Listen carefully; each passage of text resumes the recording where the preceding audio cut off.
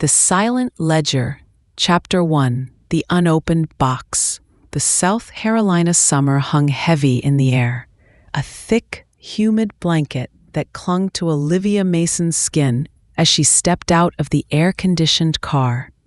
The old Mason family home in Charleston stood before her, a grand, imposing antebellum structure, its white columns now somewhat faded, its wrought iron gates creaking with age. It had been years since she'd spent more than a fleeting holiday here. A quick visit to her grandmother, Edith Bell. Now Edith was gone, passed away peacefully in her sleep at 92, leaving behind a sprawling house, a labyrinth of memories, and a single enigmatic instruction in her will. Olivia, a meticulous historical archivist by trade, thrived on order and clarity. But Edith had always been a woman of subtle mysteries, her words often couched in riddles, her wisdom delivered in cryptic pronouncements. Their relationship had been a complex tapestry of affection and unspoken tensions. Edith was warm, yet distant, her eyes holding a knowledge that Olivia could never quite decipher. The will itself was straightforward, the house, the modest estate, all to Olivia, her only living grandchild. But there was a single, peculiar addendum. A plain wooden box, tucked away in the back of Edith's cedar chest, was bequeathed to Olivia with a note written in Edith's elegant, spidery hand. To Olivia, with the hope that truth finds its way, Edith. The box itself was unremarkable, old pine, unscented. But as Olivia pried open the rusted latch, a faint, musty scent like old paper and dried flowers wafted out.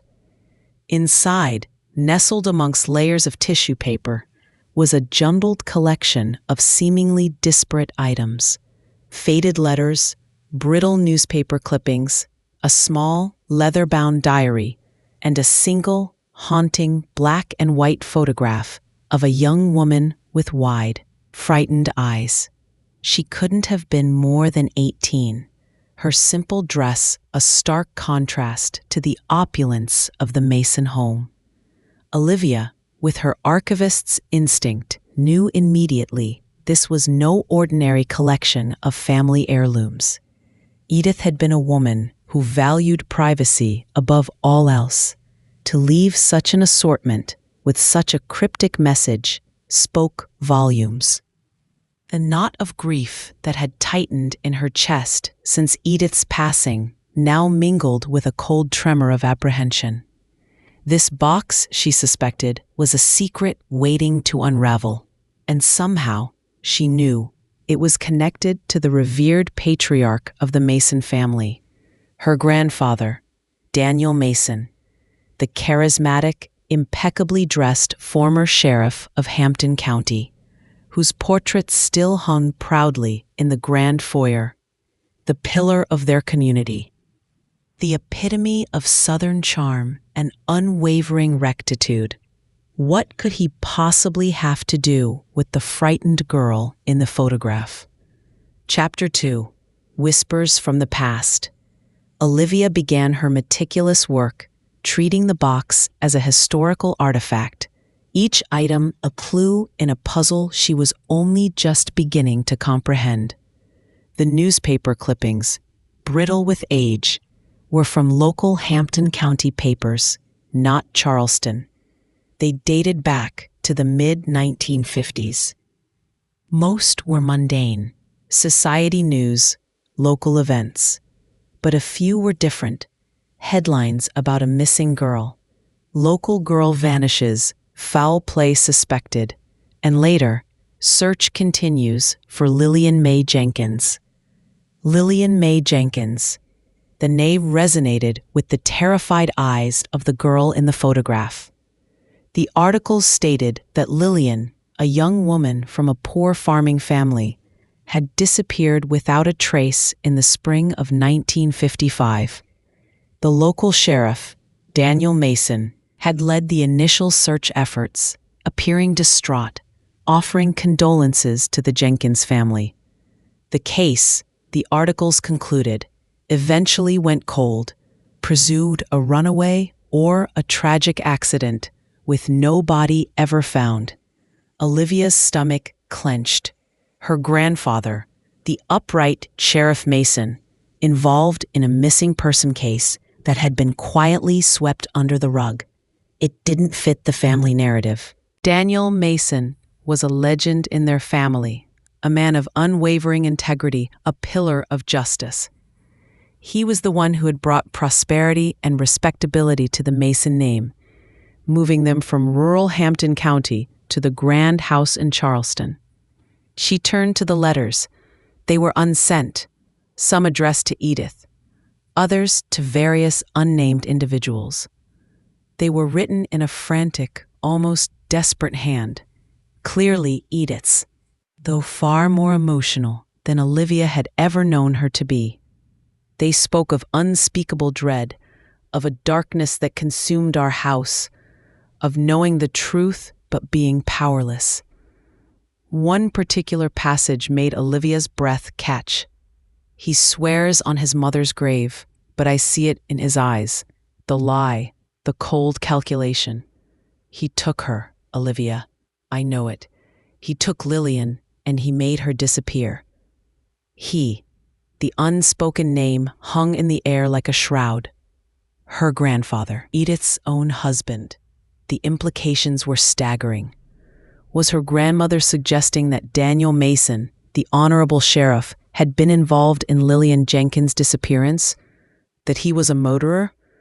The thought was repellent, a desecration of everything she had believed about her family. But Edith's words in the letters were too raw, too anguished to be dismissed as mere delusion. Using her archival skills, Olivia expanded her search.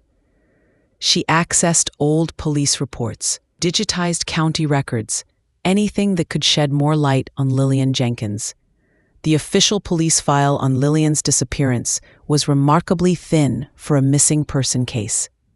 A few cursory interviews, no real leads, quickly dismissed.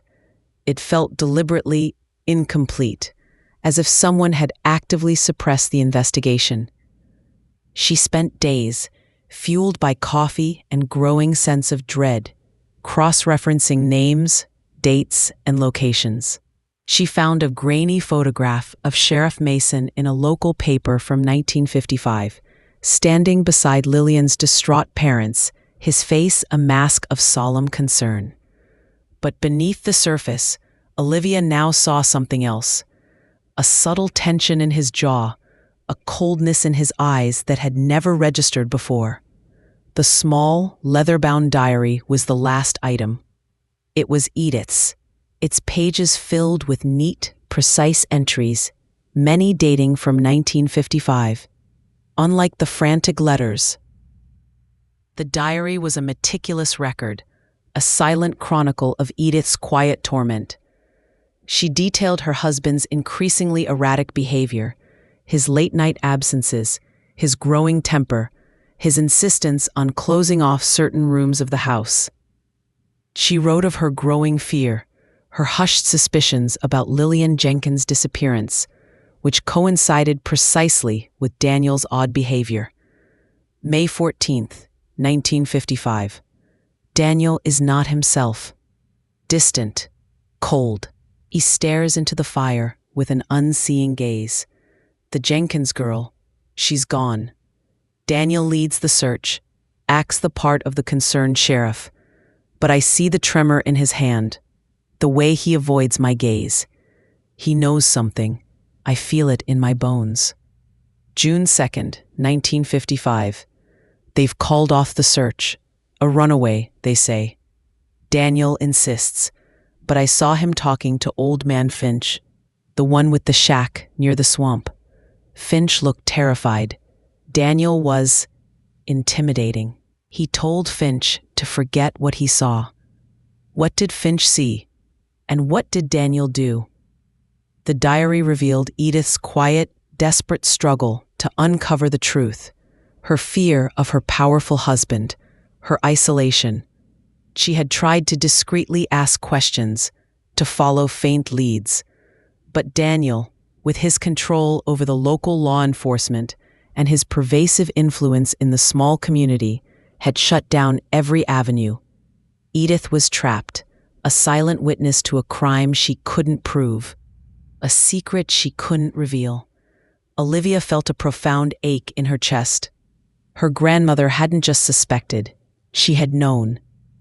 And she had lived with that terrifying knowledge, buried under a veneer of polite Southern society, unable to speak, unable to act, fearing for her own safety, perhaps even her life. The box was not just a collection of artifacts. It was Edith's posthumous plea, her desperate attempt to finally bring the truth to light, decades after she was silenced. Chapter 3. The Ghost of Hampton County. Armed with Edith's diary and the fragments of old newspaper clippings, Olivia realized she couldn't solve this mystery from the quiet confines of her Charleston home. She had to go to Hampton County, to the place where Lilian Jenkins had vanished, to the place where Daniel Mason had reigned as sheriff. The small town felt steeped in history, but also in unspoken secrets, the kind of secrets that small, isolated communities guarded fiercely. The Jenkins family farm was long abandoned, its fields overgrown, its farmhouse crumbling. It was a bleak reminder of a forgotten tragedy. Olivia visited the dusty county archives, pretending to research local history, but subtly digging deeper into the records of 1955. She found a ledger for the sheriff's department from that year. Daniel Mason's neat handwriting filled the pages. Most entries were routine, but a few stood out. Unusually large expenditures for special supplies and confidential informants around the time of Lilian's disappearance. And a notation simply, Case 7G, closed by order of sheriff. Case 7G, Lilian Jenkins, closed, by order of sheriff, her grandfather. She spoke to elderly residents, the few who remembered Lilian or Sheriff Mason from that era. Most were cagey, reluctant to discuss the past. They spoke of Daniel Mason with reverence, as a man who brought law and order to a wild county. But when Olivia delicately brought up Lilian Jenkins, a subtle shift occurred. Eyes would dart away, voices would drop, a nervous cough. "Terrible business that," one old woman mumbled. "Poor Lilian. A shame it was never solved. Sheriff Mason did his best, though." The words felt rehearsed, almost protective. Then she found him, Caleb Hawkins. He ran the local historical society, a quiet man with a scholar's precise manner and eyes that held an ancient sorrow. Olivia recognized his name from some peripheral records, a distant cousin of the Jenkins family, perhaps. She approached him cautiously, presenting herself as a historian interested in local cold cases. Caleb listened, his gaze piercing. When she mentioned Lilian Jenkins, his eyes darkened. "Lilian Mae Jenkins," he said, his voice flat. "They say she ran away, or drowned in the swamp. But my family, we always knew. She didn't just disappear."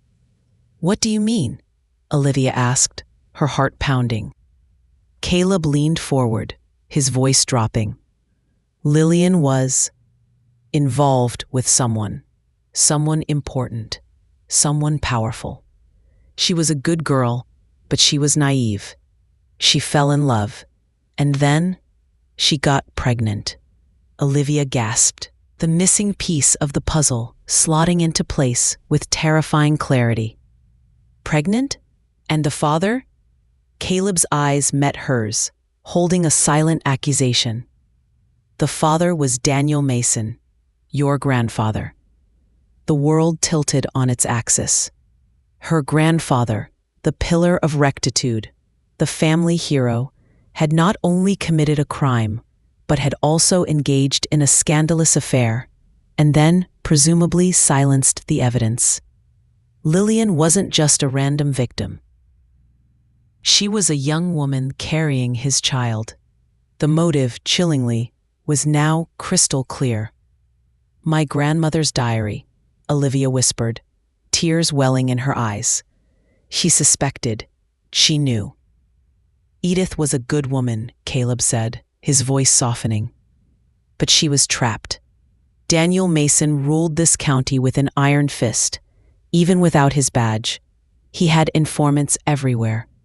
He had debts, but also power.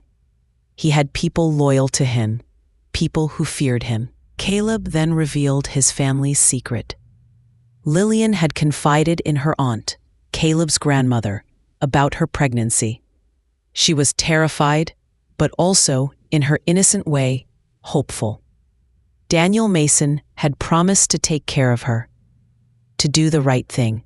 But when she pushed for him to acknowledge the child, he reacted with cold fury.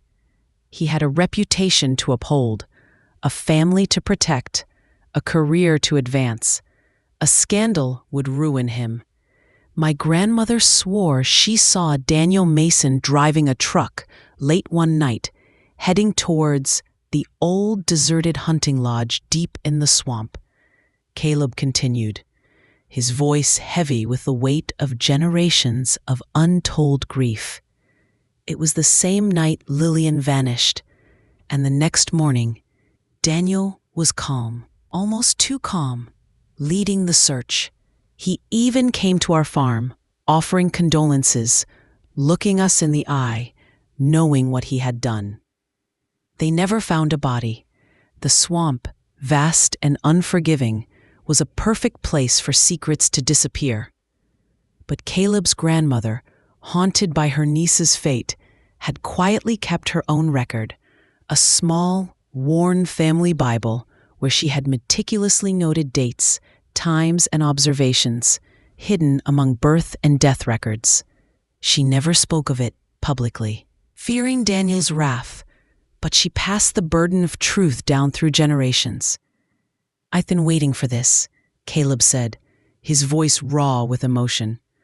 "For someone to finally care enough to look, to find out, to bring Lilian peace." He reached under his desk and pulled out an old faded map, creased and yellowed with age.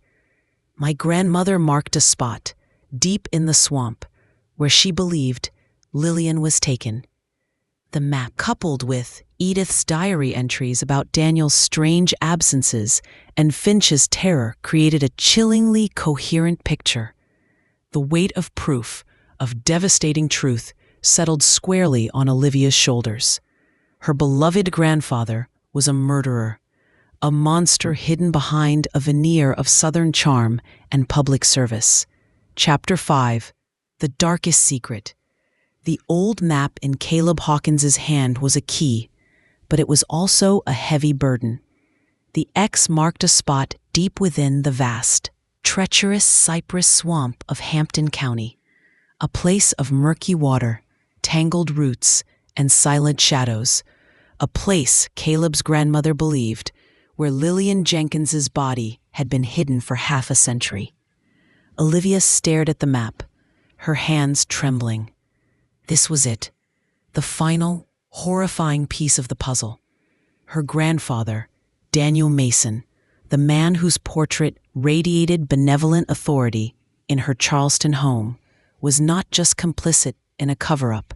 He was the perpetrator of a brutal murder, and the motive, the devastating truth of Lilian's pregnancy with his child, fueled a cold, calculating rage. "We need to go there," Olivia said, her voice barely a whisper. "We need to find her."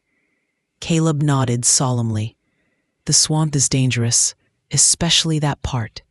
But it's time, Olivia. Lilian deserves to be found." They arranged to go discreetly. Caleb, familiar with the local landscape and its hidden dangers, secured a small, shallow draft boat.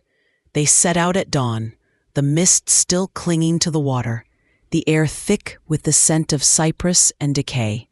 The journey was arduous, navigating through narrow channels, avoiding fallen logs, and pushing through dense vegetation. Every rustle in the reeds, every splash in the water, felt like a silent accusation. As they approached the marked spot, the air grew still, heavy with an oppressive silence. It was a secluded inlet, surrounded by ancient cypress trees, their gnarled roots forming eerie sculptures above the water. A dense canopy of leaves blocked out most of the sunlight, casting the area in perpetual twilight. Caleb began to scan the muddy bank, his eyes trained for any disturbance. Olivia, her heart pounding, joined him, the scent of damp earth and something else, something metallic and old, filling her nostrils. Then Caleb stopped. He pointed to a small, almost imperceptible mound of earth beneath the roots of a giant cypress. It looked like an old, neglected burial site, long since reclaimed by the swamp. They began to dig, carefully, methodically, using small shovels they had brought. The mud was thick, clinging, resisting their efforts. The silence of the swamp was broken only by the rhythmic scrape of their tools and the thumping of their hearts.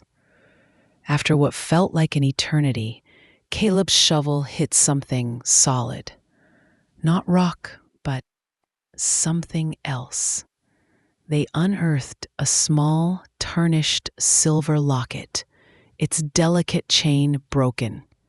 Olivia recognized it immediately from the old photograph of Lilian in Edith's box. Lilian was wearing it in the picture, a faint gleam around her neck. Then they found more. Fragments of bone, a woman's shoe remarkably preserved in the anaerobic conditions of the swamp. And finally, skeletal remains, unmistakably human. Lilian. After nearly 70 years, she had been found. The moment was profoundly heartbreaking and incredibly cathartic. Tears streamed down Olivia's face, not just for Lilian, but for Edith, her grandmother, who had carried this unbearable secret for so long, who had known the truth and been powerless to reveal it. Edith's box wasn't just proof. It was a desperate plea for justice from beyond the grave. They covered the remains respectfully, their hearts heavy. They knew they couldn't just leave her there. They had to contact the authorities, but first they had to secure their evidence to ensure that this time the truth would not be silenced. Caleb had brought a large, waterproof container. They carefully placed the locket, the shoe, and a small sample of the excavated earth inside. They also took extensive photographs and detailed notes of the site. As they made their way back through the swamp, the oppressive silence had lifted, replaced by a sense of solemn resolution. They had found Lilian. Now they had to bring Daniel Mason, or at least his tarnished legacy, to justice. Back in Charleston, Olivia felt a renewed sense of purpose. Her family's name, her grandfather's carefully constructed reputation, was built on a foundation of lies and murder. As an archivist, she was sworn to truth. As a granddaughter, she was bound by Edith's desperate legacy. Her conscience demanded she act. The question was not if she would reveal the truth, but how. The world needed to know the truth about Sheriff Daniel Mason. Chapter 6. Unmasking the Pillar. The decision to expose her grandfather, Daniel Mason, was not easy. It meant shattering a revered family legacy, tarnishing a name that had stood for integrity and community leadership. But Olivia knew with chilling certainty that it was the only way to honor Lilian and to finally bring peace to Edith's tormented soul. Her grandmother's dying wish, truth finds its way, echoed in her mind. Olivia and Caleb meticulously organized their evidence. Edith's diary, the unsent letters, the old newspaper clippings, the sheriff's ledger with its suspicious entries, Caleb's grandmother's annotated Bible, and now the tangible proof from the swamp, the locket, the shoe, the photographs of the burial site. They had an airtight case, built on decades of silenced whispers and painstaking research. Their next step was critical. They couldn't just go to the local authorities in Hampton County. Daniel Mason's influence, even decades after his death, still lingered. They needed an outside force, someone beyond the reach of local politics and historical loyalties. Olivia thought of Helen Vance, the influential investigative journalist she knew from her academic circles, renowned for her fearless pursuit of corruption and cold cases. Helen had contacts at the state level, a reputation for integrity, and a platform that could not be easily ignored. Olivia arranged a discreet meeting with Helen Vance in a neutral territory, a small coffee shop in Columbia, the state capital. Olivia laid out the evidence, piece by painstaking piece, beginning with Edith's mysterious box, building the narrative layer by layer. The missing Lilian Jenkins, the revered Sheriff Mason, Edith's secret torment, Caleb's family history, and finally, the swamp, the locket, the bones. Helen Vance, a seasoned journalist with a cynical edge, listened intently. Her initial skepticism slowly gave way to a chilling fascination. The details were too specific, the evidence too compelling. When Olivia produced the locket and the photographs of the burial site, Helen's professional detachment cracked. "My God," Helen whispered, her eyes wide. "This is extraordinary and horrifying." Helen, driven by a deep sense of justice, launched a full-scale investigation. She involved a trusted cold case detective from the South Carolina Law Enforcement Division, SLED, ensuring the investigation was handled by an external, impartial authority. She dispatched her own team of investigative reporters to Hampton County, discreetly re-interviewing old residents, cross-referencing records, uncovering new, corroborating details that had been suppressed for decades. The SLED detective, armed with Olivia and Caleb's evidence, secured a warrant and excavated the swamp site. Forensic teams confirmed the remains were human, and the locket, through advanced forensic techniques, was conclusively linked to Lilian Jenkins.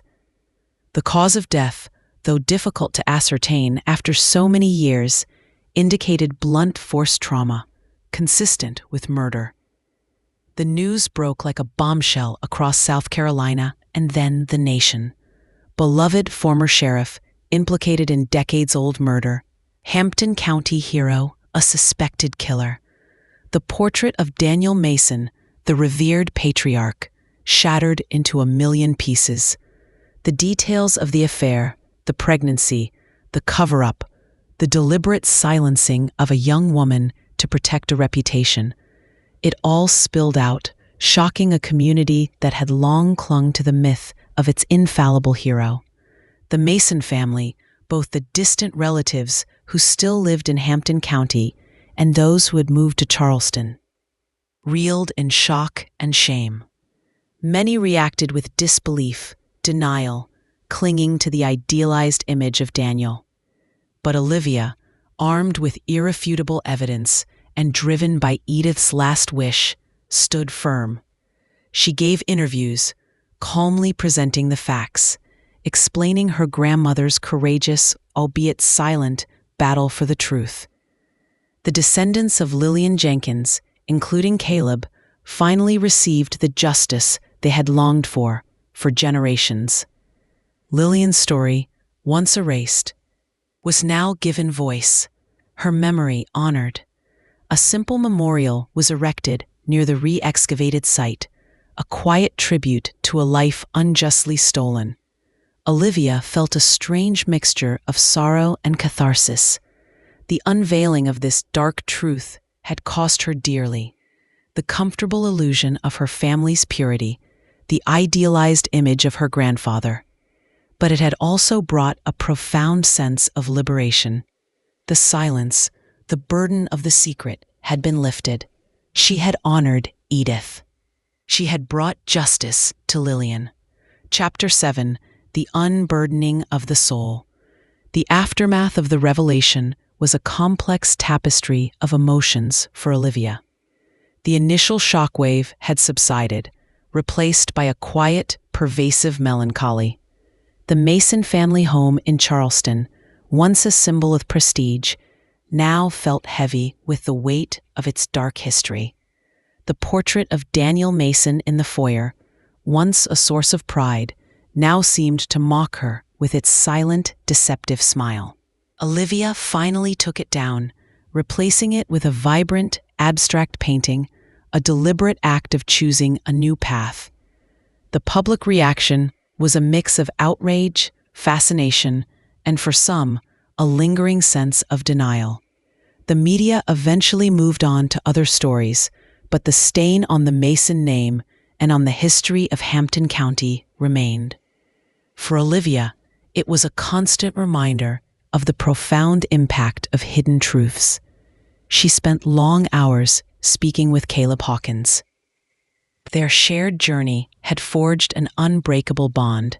He, too, felt the weight of generations lifted, the deep-seated sorrow of his family finally acknowledged and validated. They found comfort in each other's company, two people from vastly different backgrounds, brought together by a shared quest for justice. They dedicated themselves to ensuring Lilian's story was not forgotten, establishing a small fund in her name for young women in disadvantaged communities, a living tribute to a life that had been cut short.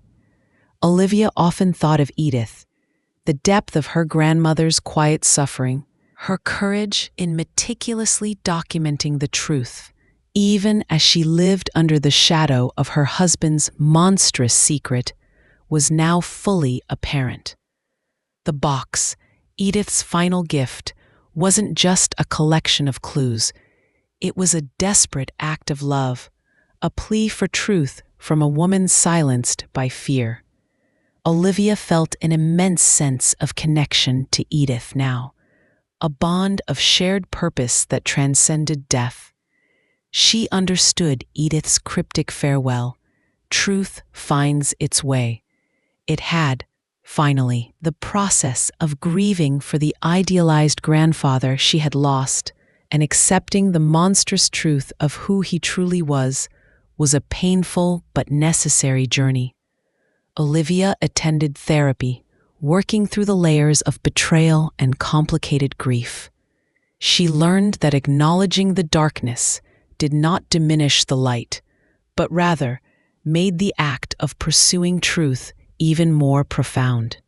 Her work as an archivist, once a passion for historical accuracy, now held a deeper meaning. She saw the human stories behind the documents, the lives affected by the narratives, both true and false. She became an advocate for cold cases, using her expertise to help other families uncover hidden truths, particularly those related to marginalized communities whose stories had been overlooked or suppressed. The Charleston home, once a symbol of a past she couldn't fully comprehend, slowly began to feel like her own. She renovated it, opening up the dark, heavy rooms, letting in more light. It became a space of healing, of quiet reflection, and of continued pursuit of truth.